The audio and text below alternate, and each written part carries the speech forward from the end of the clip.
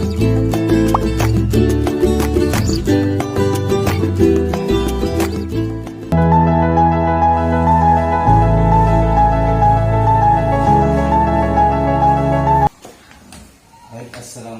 warahmatullahi wabarakatuh. Bismillahirrahmanirrahim. Wassalatu wassalamu ala rasulillah. Baik, Bapak Wakatuliswaan, Bapak Mulyadi SPD dan Faud itu saja. 2 hari sebelumnya kita sudah mengagendakan terkait dengan beberapa kegiatan penilaian kinerja guru, termasuk yang disebut dengan supervisi. Nah, kira-kira Bapak Mulyadi, topik apa yang mau diajarkan di penilaian kinerja guru tersebut? Yang baik, ini saya langsung jawab. Kualitas sumber daya manusia itu adalah topiknya yang akan saya ajarkan pada pertemuan 2 kali 40 menit ini. Sumber daya manusia. Sumber daya manusia. Ya. Kira-kira apakah siswa memiliki kompetensi terkait dengan sumber daya manusia? Insya Allah sudah ada. Dan kompetensi awalnya di situ nanti peserta didik itu dapat menganalisis kualitas dari sumber daya manusia terutama di Indonesia. Berarti kompetensi peserta didik dapat menganalisis kualitas SDM dari Indonesia. Kira-kira apa yang mau dikembangkan dari Bapak Mulyadi terkait dengan analisis siswa tersebut? Nanti siswa ditekankan atau diharapkan di situ dapat meningkatkan kualitas SDM mereka sebagai penopang atau tiang dari negara kita Indonesia, terutama sebagai generasi muda. Bagaimana caranya mereka itu sumber daya manusia mereka terutama dalam menghadapi peluang-peluang kerja dan bisnis berikutnya mereka siap meningkatkan sumber daya manusianya. Persiapan tertulis apa yang sudah disediakan, Nah, ini ada beberapa media yang saya sudah siapkan, yaitu diantaranya di situ tentang sumber daya manusia yang ada di Indonesia dan gambaran-gambaran yang ada di sumber daya manusia di Indonesia terutama, baik itu dalam dalam menghadapi pekerjaan yang berikutnya, kualitas sumber daya manusia apakah mereka mau ke atas atau ke bawah. Tahapannya seperti itu. Tahapannya bagaimana nanti? Tahapannya itu nanti kita survei dan mereka mencari nanti bagaimana sumber daya manusia yang ada di Indonesia dan bagaimana cara mengatasi atau bisa meningkatkan sumber daya manusia mereka untuk menghadapi era globalisasi yang semakin tinggi. Kira-kira persiapan Bapak Mulyadi di kelas nanti? Ya, insya Allah sudah siap. Sudah semua. siap. Proyektor sudah ada. Metode yang dipakai nanti? Metode nanti ada di sini. Metodenya pembelajaran tatap muka tetap dan problem basic learning gitu. Kira-kira mungkin pelaksanaan penilaian kinerja guru mungkin cukup ini dulu. Mari kita amati bersama. Kita bersama-sama menuju kelas. Baik, mari go ke kelas. Assalamualaikum warahmatullahi wabarakatuh. Waalaikumsalam warahmatullahi wabarakatuh. Bagaimana kabarnya hari ini? Alhamdulillah, luar biasa, senyum ceria, Allahu Akbar. Yes. Baik, harus semangat.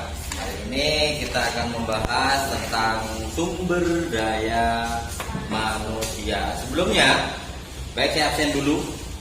Untuk pertemuan kali ini hari Sabtu tanggal 28 Oktober tahun 2023 bertepatan dengan Hari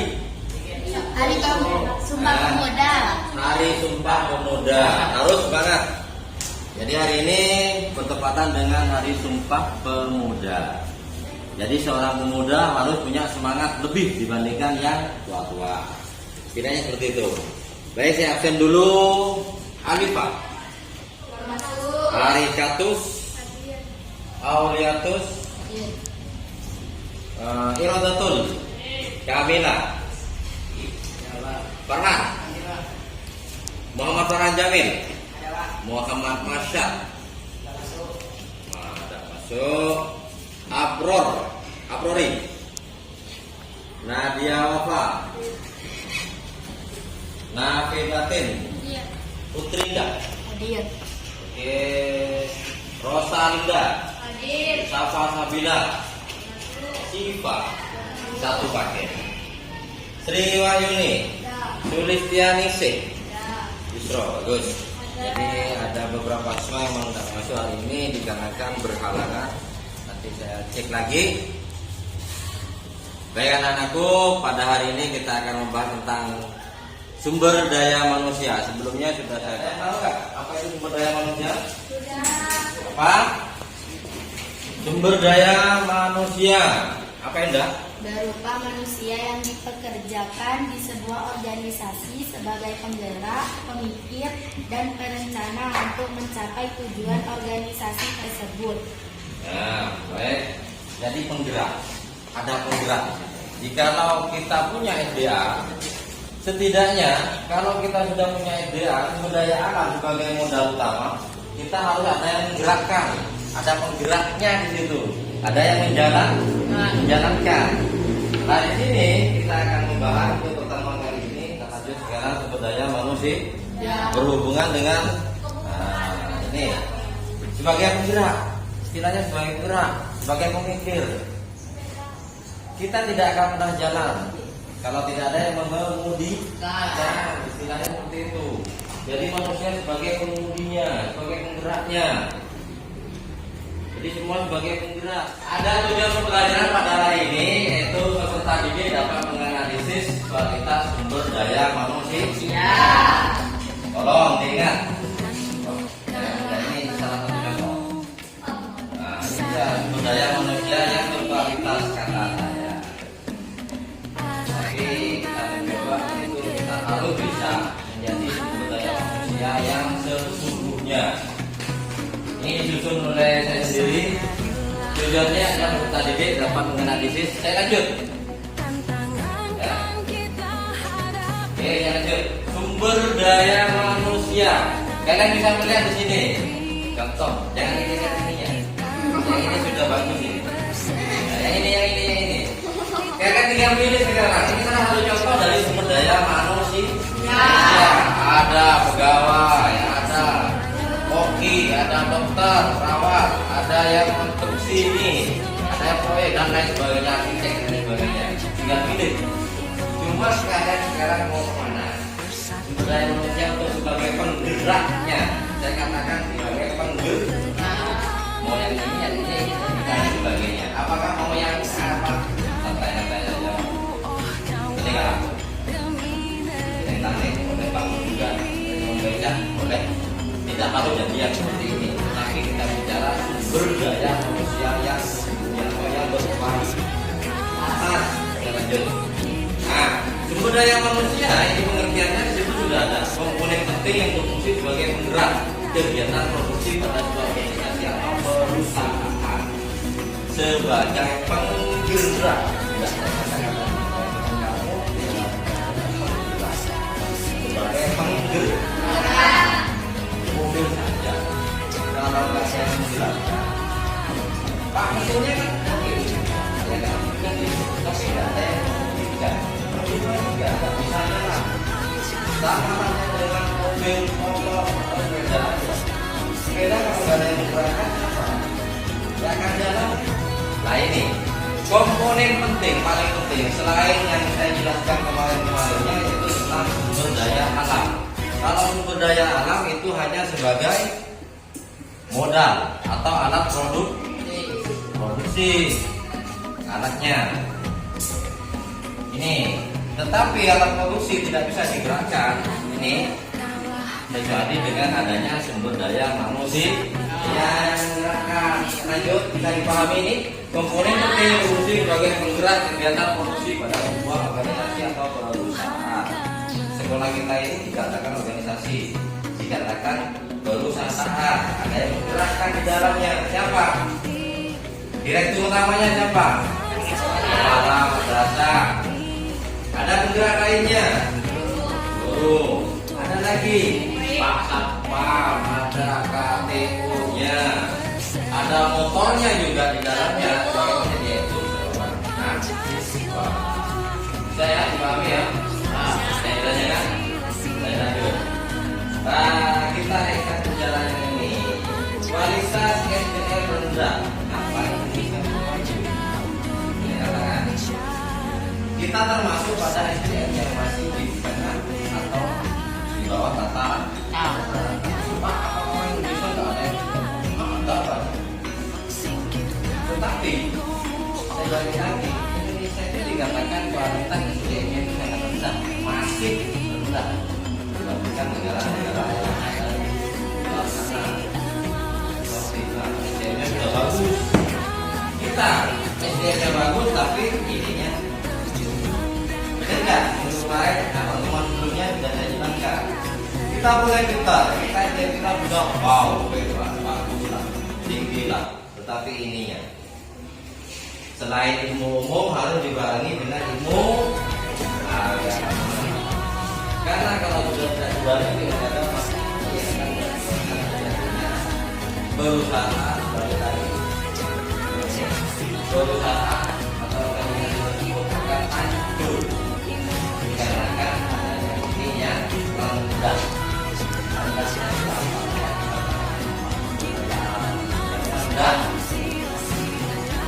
Dikarenakan apa? Tadi itu saya boleh bisa membuat pesawat, tetapi ininya saya boleh menggerakkan suatu negara, tapi ininya balik lagi. Makanya yang dikatakan sumber daya manusia itu harus bisa menguasai ilmu umum juga dibarengi dengan ilmu agama sebagai benteng. Saya berulang. Ada gratifikasi istilahnya, ada KKN korupsi, nepotisme. Kalau kita sudah ininya benteng kita sudah kuat, kita tidak akan tergoda dengan itu. Pak, saya minta tolong, saya proyek saya mau terus merancang bagaimana caranya ini dan sebagainya, ya kan? Seperti itu. Ya sudah, saya sendiri. Pak, saya mau bayar. Kalau kita tidak dibentengi dengan yang itu, namanya iman, datang kita kepada Tuhan, kita akan tergoda. Makanya SDM itu harus kita benar-benar kuat. SDM kita harus benar-benar bagus. Apa? Ayo, bro. Saya lanjut. Nah ini salah satu contoh, bukan kayak kamu. Salah satu contoh sumber daya manusia yang bagian aku tekung, bagian tekung nggak kok, bagian apa aja tak kerja dan lain sebagainya. Kapan Indonesia maju? Satu contoh gini, mau seperti ini, mau jadi seperti ini. Apa yang Anda pikirkan? Apa yang kamu pikirkan dengan kondisi yang seperti ini? Menjijikkan lagi. Lagi enggak? Mau? Apakah ada orang yang punya cita-cita seperti ini? Ada? Tidak ada. Semuanya pengen maunya punya respect, punya rumah bagus, punya kendaraan bagus. Tidak mau seperti ini. Nah, jikalau kalian tidak mau seperti ini, tolong ya SDM-nya sekarang balik lagi. Pak, nasib itu kan tinggal Tuhan. Tetapi balik lagi, nasib bisa diubah. Semua tergantung dari kamu dan nasib pasti bisa berubah. Kalau ingin seperti ini ya gampang saja, nggak usah sekolah. Kalian nggak usah sekolah, nggak usah capek-capek sekolah. Kalau hanya ingin seperti ini, mohon maaf, saya tidak menghina pekerjaan seperti ini. Tapi ini setidaknya adalah kondisi di mana yang sangat memprihatinkan yang terjadi di belahan dunia manapun, termasuk Indonesia. Banyak yang seperti ini. Mau nggak? Nggak. Nah, caranya bagaimana? Dari sekarang kalian belajar, belajar aja. Karena Anda itu pasti menjamin orang yang punya ilmu atau yang berilmu. Ini, mohon maaf, ini bukannya tidak sekolah, Pak. Cuma nasib saya memang sudah kayak ini. Tetapi balik lagi, nasib bisa berubah tergantung kalian. Apa itu tidak ngatur di sini? Enggak. Kecuali kamunya sendiri punya kemauan untuk beli, punya kemauan untuk seperti ini. Toh akhirnya sampai mana Pak? Titik maksimal kita sampai mana yang sudah? Tetapi saya mohon maaf, kadang juga mesti tidak ingin kondisinya seperti ini. Yang tempat rumahnya kumuh kayak gini, ya makannya seadanya kan kasihan juga. Ini nyarinya di tempat sampah, sisa-sisa orang lain. Ini termasuk maaf, ini adalah sumber daya manusia yang rendah. Ya. Strata ekonomi juga mempengaruhi tersebut, mengambil terhadap SDM. Dan lanjut, apa yang menyebabkan rendahnya kualitas SDM di Indonesia? Satu, tolong dibaca. Boleh.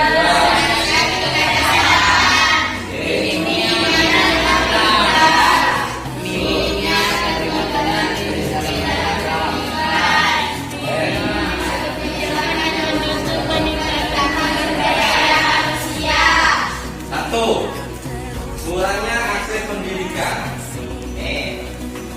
Kalian masih buntu, masih bisa sekolah. Di Jakarta sana, di Surabaya banyak anak-anak yang putus sekolah dikarenakan biayanya nggak ada Pak. Kalian gratis? Alhamdulillah gratis Pak. Jadi pergunakan waktu yang sebagus mungkin ini, momen ini, dikarenakan pendidikan yang gratis, gunakan sebaik mungkin. Bersyukurlah dibandingkan orang yang putus sekolah.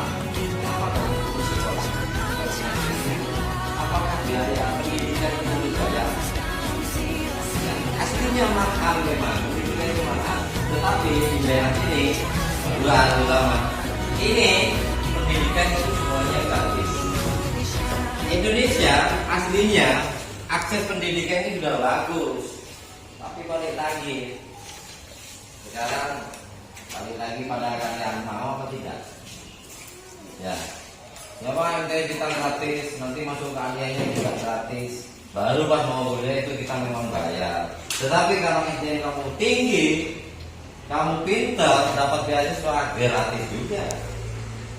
Mau yang seperti itu? Mau. Ya iya, mulai sekarang belajar dan belajar. Oh, salah buat telepon kok tak bisa kuliah Pak? Saya tidak bisa kuliah, nggak punya biaya. Nggak usah. Ada yang gratis Pak? Ada. Pasti pemerintah memberikan beasiswa kepada kamu. Jikalau IQ kamu di atas rata-rata. Orang hotel berpenter oleh tingkat terus sampai SMA kuliahnya nanti juga gratis. Sampai bahkan beasiswa untuk luar negeri. Apakah Indonesia nggak ada Pak? Pendidikan seperti itu dan ada banyak. Di Surabaya lumpuh, Jakarta banyak, Malang kota pendidikan itu.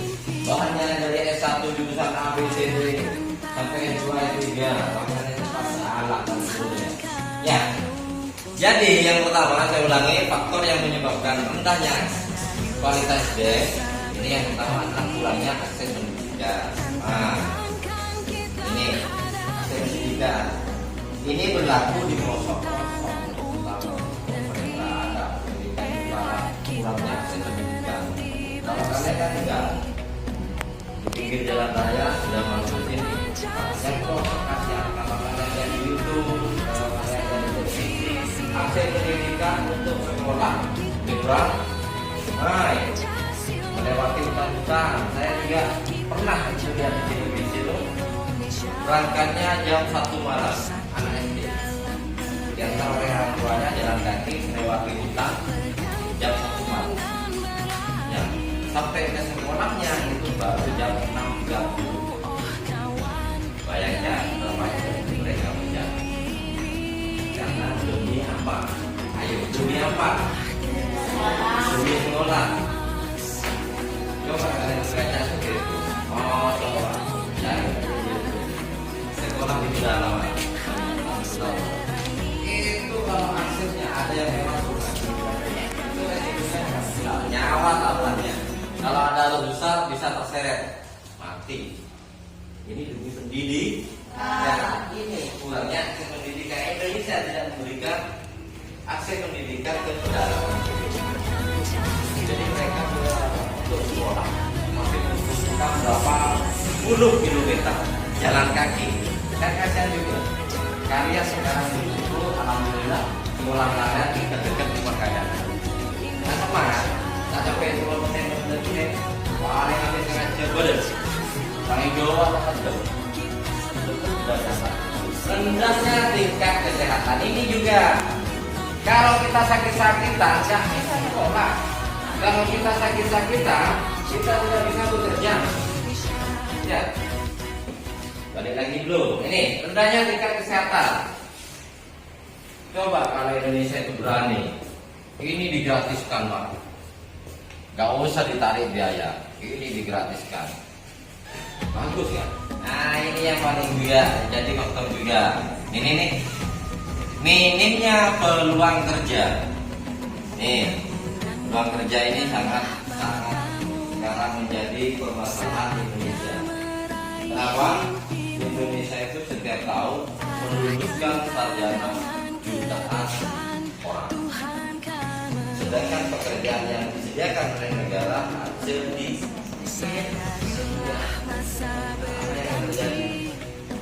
Banyak nanti yang terjadi seperti ini.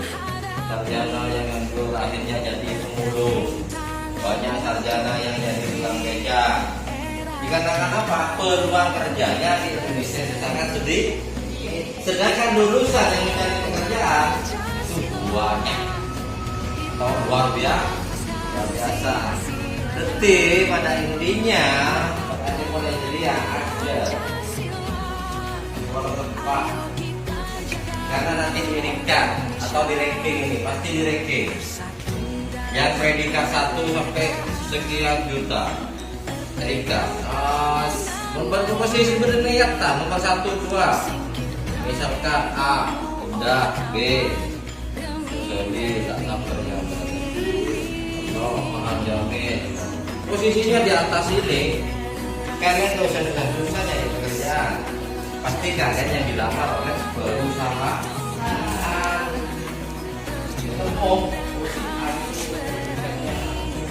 di atas rata-rata kamu capek kamu ngantri cari pekerjaan pegang map kepada remote mau mana nama pekerjaan Pak mana IP-nya berapa seperti ini. Kalau kalian pintar kumlot di atas rata-rata nggak usah karena database kamu itu ada di universitas.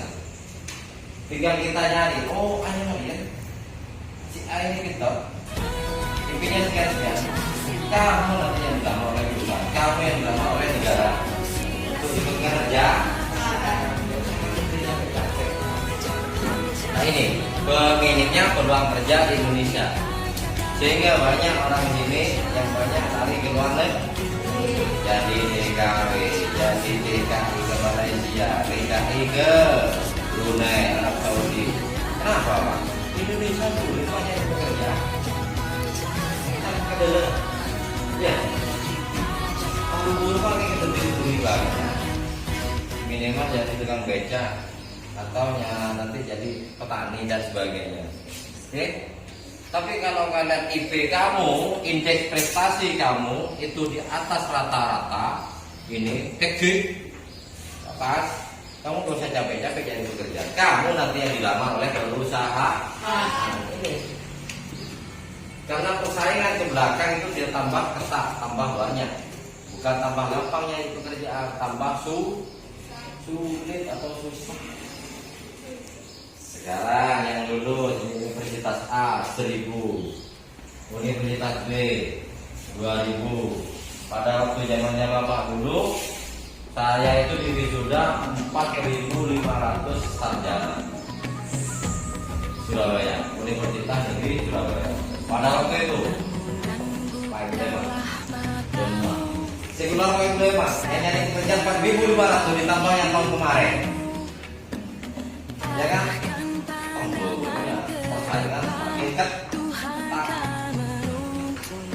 Akhirnya banyak yang jadi pengangguran, bahkan pekerjaan sulit. Masuk ke perusahaan A, dilihat CV-nya, curriculum vitae-nya atau identitasnya. Oh ini enggak. Ini di atas rata-rata kita ambil. Oh, di bawah rata-rata kita singkirkan. Kan seperti itu. Coba kalau IP kamu di atas rata-rata seperti ini, nah, di IP rata-rata, ya kan? Kamu saya jamin pekerjaan akan nyari kamu, bukan kamu nyari pekerjaan. Pasti, karena itu sudah jaminan. Kamu di atas rata-rata. Baik, sampai 1, 2, 3. Ada pertanyaan kira-kira? Kurangnya akses pendidikan, rendahnya tingkat kesehatan, coba digratiskan Pak, lebih bagus. Yang ketiga, minimnya peluang kerja. Jangan sampai yang seperti ini tadi. Nah, ini korban, ini sudah korban dari sulitnya mencari pekerjaan. Ya, ini lihat dulu. Ada kan yang kita ditanya mau jadi seperti ini? Ada Bapak. Yang keempat, minimnya keterlibatan industri dalam pendidikan. Minimnya keterlibatan industri dalam pendidikan nggak ada. Karena perusahaan itu nggak mau kayak Indonesia itu nggak mau. Saya punya perusahaan A, ini keterlibatan industri perusahaan PT lah, PT besar, pendidikan beasiswa, pendidikan juga. Coba cuma PT yang sudah konaktif, sudah ada rata-rata mau atau peduli dengan pendidikan di Indonesia, kita bisa sistemnya akan berhasil. D atau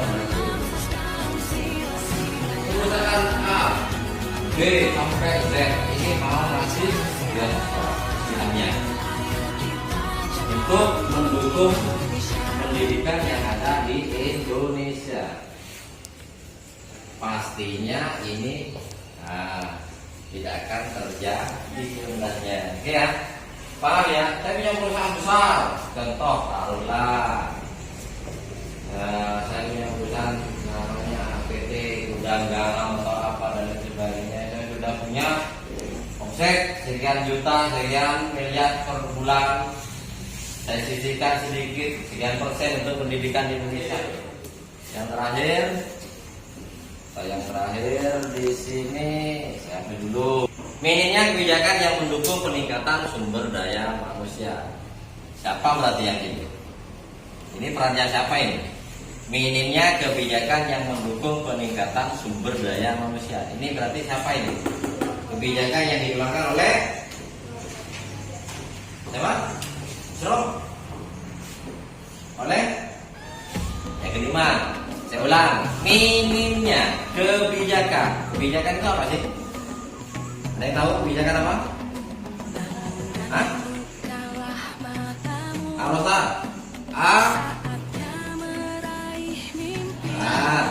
Minimnya berarti rendahnya aturan yang mendukung peningkatan sumber daya manusia. Berarti ini kebijakan. Kalau kita bicara kebijakan, berarti yang mengeluarkan siapa ya?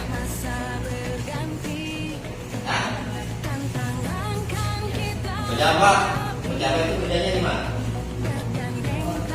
Di pemerintahan. Berarti yang mengeluarkan kebijakan di sini adalah pemerintah. Yang ini minimnya kebijakan yang mendukung peningkatan sumber daya manusia ini harus diadakan. Setidaknya oleh pemerintah dibuatkan aturan yang memberikan aturan untuk peningkatan SDM. Banyak cara di situ, dengan cara beasiswa, dengan cara bantuan dan sebagainya, banyak.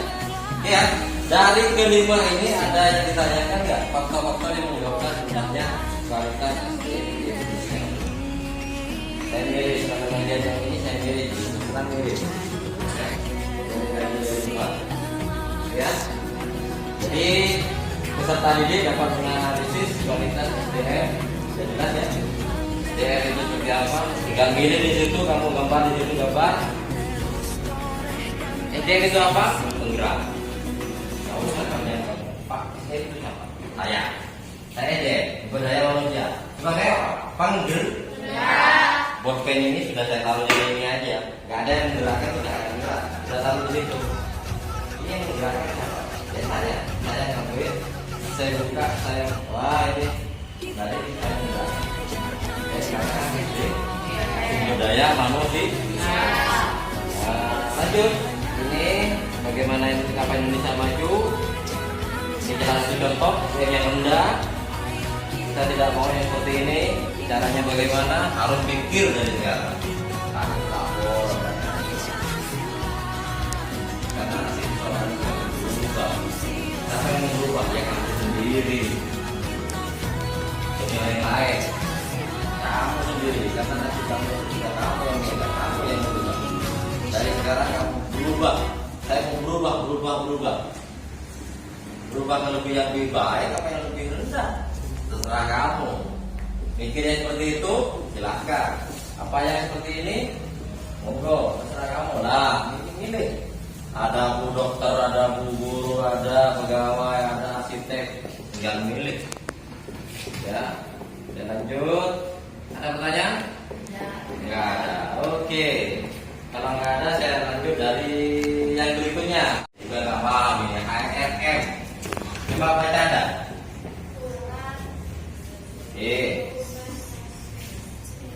Yo, baca dah. Man. Ayo, ada yang bisa baca? Yang paling tengah HMM. Singkatan dari apa? Ayo. Baca. Oh, human. Ini mau baca Inggris. Human Resource Management. Artinya apa itu Bapak? Ini nanti kita bahas di bawahnya ada. Nah ini satu gambaran. Ini orang lagi itu STM yang pergi. Satu gambaran itu lah pakai dasi, pakaiannya rapi, tidak yang seperti yang tadi itu. Ya kan rapi semua. Mau yang kan seperti ini kan kerjanya di kantoran. Ini human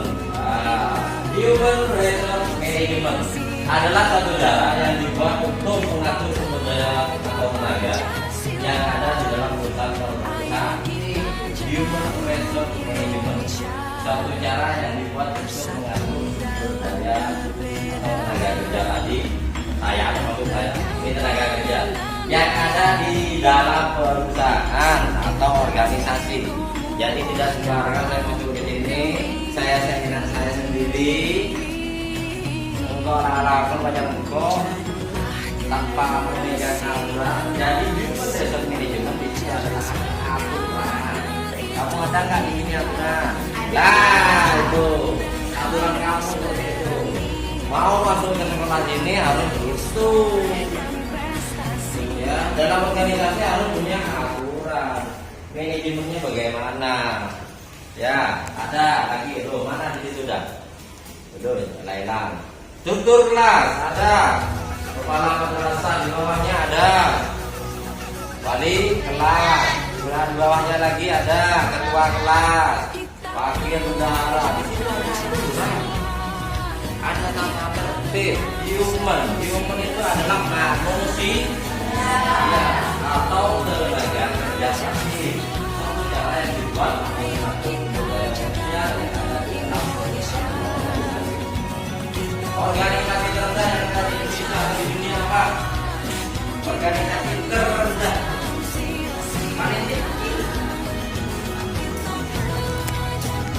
Organisasi, kalau saya katakan organisasi, sama halnya dengan bulan, sama halnya dengan kelompok, sama halnya dengan grup. Ada grup terkecil di masyarakat. Apa? Keluarga. Ada kelompok. Bagus. Orang Jamil. Keluarga. Itu paling kecil. Ya kan? Organisasi paling kecil di masyarakat adalah keluarga. Di atasnya RT RW. Di atasnya lagi ada kelurahan. Kepala dusun. Atau kepala apa ya? Saya nggak ada pahamnya. Pak RT itu, dusun itu sama RT sama. Maaf. Ada kepala desa atau lurah. Di atasnya ada kecamatan, ada kabupaten, ada provinsi dan seterusnya sampai ke Indonesia. NKRI. Itu organisasi yang terbesar di Indonesia. Tetapi di dunia terbesar adalah PT. Banyak di situ, ada UNESCO, ada PBB atau UN, United Nations. Ini adalah organisasi terbesar di dunia. Nah, saya ulangi dari atas. Paham ya di sini ya? Cara yang dibuat untuk mengatur SDM yang ada di dalam organisasi atau satu perusahaan. Saya balik lagi ke atas. HRM, Human Resource Management. Di dalam satu perusahaan itu pasti ada aturan untuk yakini agar perusahaan itu mau maju atau tidak. Sekarang balik lagi. Setiap perusahaan itu employee-nya apa itu namanya? Kamu membuat suatu usaha, tujuan utama kamu itu untuk mencari apa ya? Nah, uang itu apa? Manajemen. Apa uang itu? Salah satu contoh dari apa?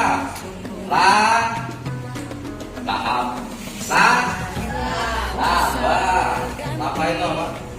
Untuk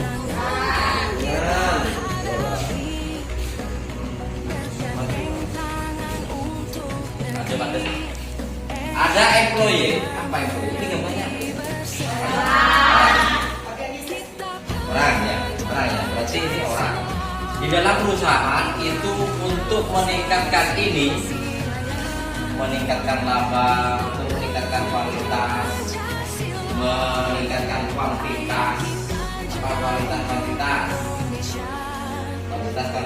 ada beda, dan dua itu ada kualitas, ada kuantitas. Apa kualitas? Kualitas itu adalah mutunya, ini loh kualitasnya bagus, berarti produknya bagus. Kualitasnya rendah, mutunya rendah, itu kualitas. Kuantitas, jumlah. Ya, di perusahaan atau di sebuah organisasi, nih, yang pertama yang menjadi pemikiran utama pada intinya di situ harus didasarkan oleh employee. Apa employee? Orang tadi. Orang itu dikatakan karyawan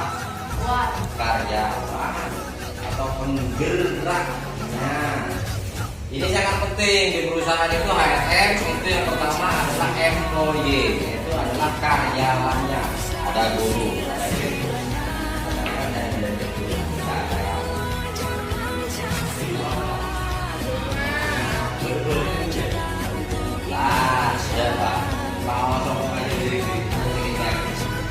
jadi harus saling berhubungan, saling membutuh. Yang pertama, yang paling utama adalah employee. Yang kedua, tiga saja, strategi objektif. Apa? Kayak dari gambar aja sudah bisa kamu bisa membaca gitu. Apa itu? Strategi objektif merupakan sebuah strategi dalam menjalankan perusahaan yang maju. Modalnya berapa? Saya butuh modal sekian, harus mencari karyawan seperti apa, saya harus bayar berapa. Strategi itu. Pemasarannya bagaimana? Dengan cara beli buy one get one. Beli satu dapat dua. Buy one get one. Beli satu dapat satu akal. Buy one get one. Itu bahasa Inggrisnya. Beli satu dapat satu. Saya katakan apa? Buy one get one. Kan one itu bahasa Inggrisnya apa? Satu.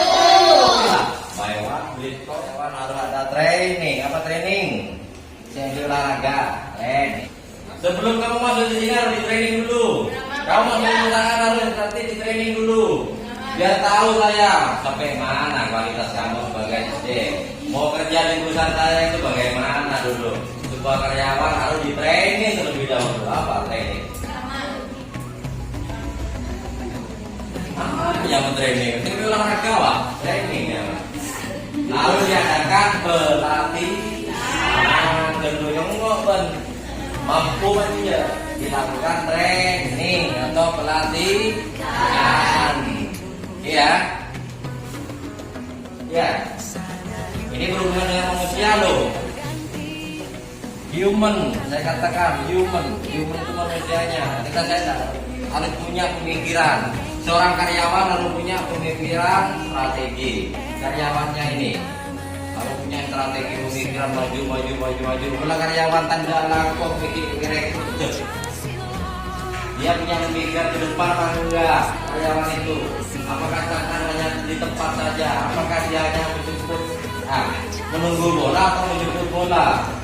Itu karyawan.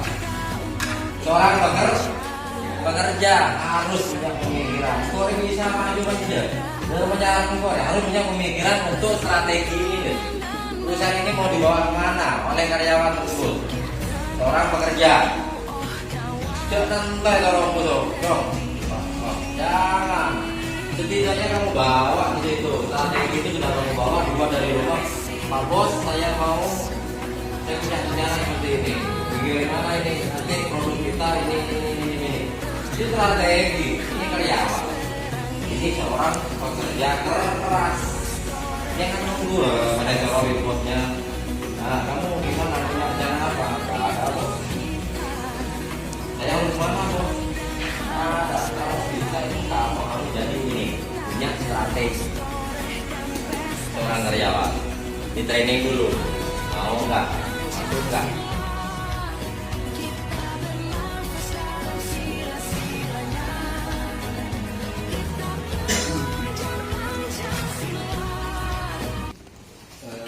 Baik, Bapak Mulyadi sudah melaksanakan supervisi di kelas 8 B. Sudah dilaksanakan dengan baik tadi secara keseluruhan. Saya kira sudah bagus, sudah mengena baik konteks penjelasannya ataupun media pembelajarannya.